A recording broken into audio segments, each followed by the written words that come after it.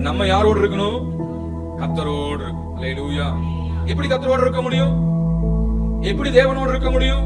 சங்கீதத்துல பாடணும், அவரை நாடுங்கள். ஆமென். கர்த்தரை நாடுங்கள், அவர் சமூகத்தை நித்தமும் தேடுங்கள். அல்லேலூயா. ஆமென். அவர் சமூகத்தை நாடணுமா, அவரை தேடணுமா? அல்லேலூயா. அப்பதான் கூட இருப்பார். அல்லேலூயா. அவரை நாடணும், தேடணும், பாடணும், அவரோடு இருக்கணும், வார்த்தையை படிக்கணும், ஜெபிக்கணும். ஆமென். அவரை துதிக்கணும், அவருக்காக வாழணும். அப்பதான் என்ன செய்வார்? கர்த்தர் கூட இருப்பார். அல்லேலூயா. ஆமென். ஆக தேவ பிள்ளையே, நீங்கள் கர்த்தரோடு இருந்தால் ஃபர்ஸ்ட் யார் இனிஷியேட்டிவ் எடுக்கணும்? நம்ம அவரோடு இருக்க பிரயாசப்படணும். அல்லேலூயா. நீங்க யாரோடு இருக்க பிரயாசப்படுறோம்? ஆமென். இந்த இளையகுமாரன் யாரோடு இருக்க பிரயாசப்பட்டான்? ஒரு நண்பர்களோட. அது எப்படிப்பட்ட நண்பர்கள்? ஊர் சுத்துற நண்பர்கள், ஊதாரி நண்பர்கள். ஆமென். அப்படி இருக்கிற நண்பர்களோட இருக்கதான் அவனுக்கு ஆசை. கடைசியில் என்ன ஆச்சு? அவனுக்கு எல்லாம் கூட இருந்தவன் என்ன ஆச்சுங்க?